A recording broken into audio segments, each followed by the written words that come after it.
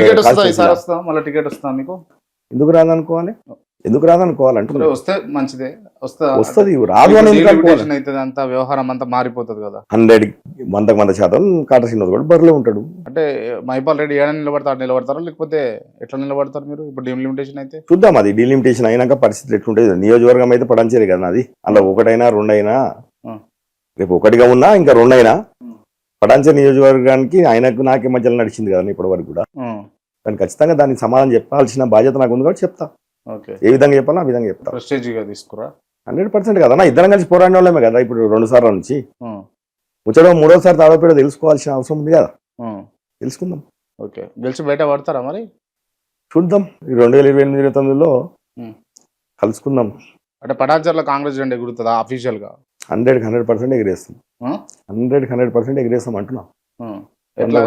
ధైర్యం చెప్తారు ధైర్యమే ఉందన్న ప్రజలే ధైర్యము ప్రజల మా మీద ఉన్నటువంటి విశ్వాసం నమ్మకము మా 6 గ్యారెంటీలు ఏదైతే మా ముఖ్యమంత్రి గారు ఇంప్లిమెంట్ చేస్తున్నటువంటి